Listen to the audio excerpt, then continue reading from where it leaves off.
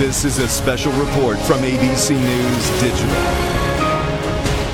I'm Dan Kleffler in New York with this ABC News Digital special report. They were the shots seen around the world. President Obama, along with British Prime Minister David Cameron, and the photographer, Denmark's Prime Minister Thorning-Schmidt, posing together, smiling broadly for, of course, the selfie during the Nelson Mandela Memorial event in Johannesburg, South Africa. And then there was this, a wider angle, some narrowed brows, though, from the First Lady, Michelle Obama. Was she angry at the president, even the Danish Prime Minister? There was some speculation, all in response to those pictures. So to help clear up exactly what was going on behind those pictures, the man who took those pictures, Roberto Schmidt, the AFP photographer who captured those images and wrote a blog posting this morning explaining that there was a little more than meets the eye. Roberto, thanks for being with us today. We appreciate it. Hi, Dan. Good evening. So let me ask you this, and how does what we've seen from your photographs differ from what you saw, from what you experienced?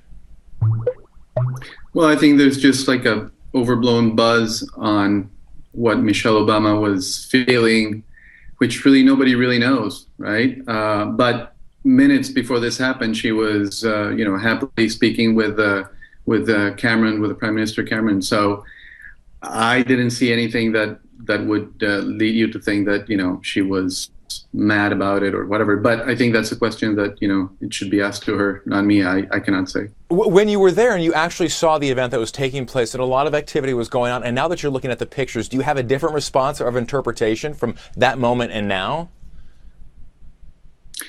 No, not really. I mean, it's a moment, how people interpret it, that's really their choice. I think this whole thing is overblown,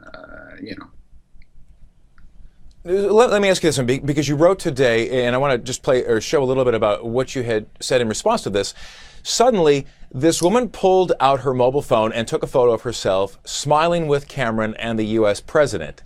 I captured the scene reflexively. All around me in the stadium, South Africans were dancing, singing, and laughing to honor their departed leader.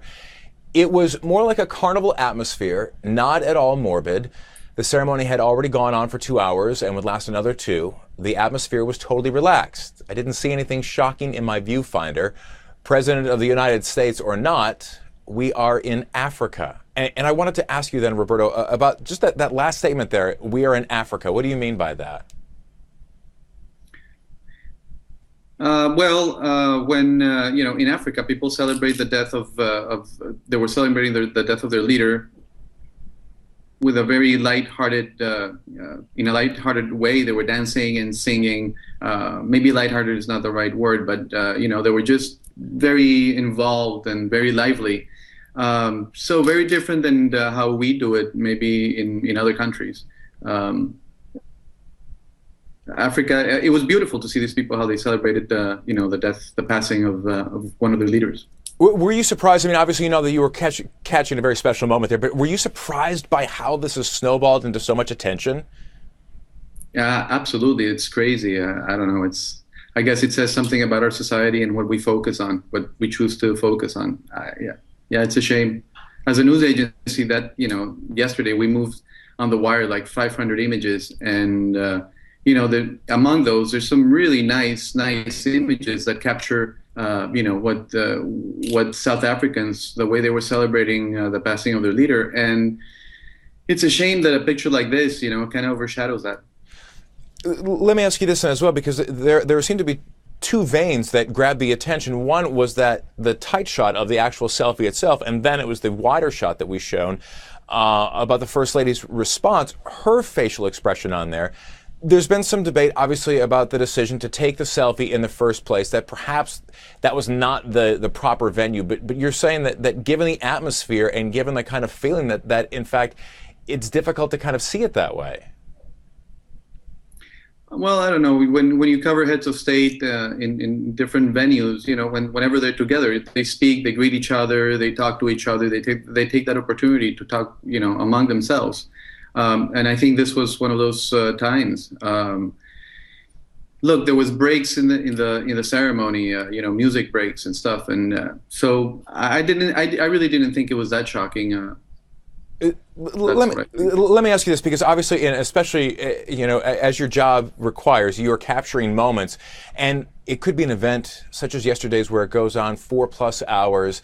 And so when you capture that one single second, that one particular moment, do you feel then it's difficult to then explain that particular moment because that was just such a small portion of time? Well, no, it's just one image. I mean, that wasn't the only image we moved, Like I said, we moved 500 other images. And, if you take everything together, then it shows you exactly what happened. And this was one of the things that happened. So, yeah, it was part of what happened. We were documenting what was going on. Has there been discussion then with your editors at AFP as far as how this was going to play out in other media outlets? No, I think it took us by surprise that this picture grew legs so quick. And it happened just in a brief second, right? Yeah, it was a matter of seconds. Yeah, I don't know, maybe 10, 15 seconds. However long it takes for somebody to pull out a cell phone and take a selfie, and then maybe laugh a little bit about it, and then that was it. And of course, now the pictures that everyone is talking about. Roberto Schmidt, the man on the other side of the camera from the pictures that everyone is talking about. Thank you so much for your time. We certainly appreciate that. And we do have those images right here on abcnews.com. For now, I'm Dan Kleffler in New York with this ABC News Digital Special Report.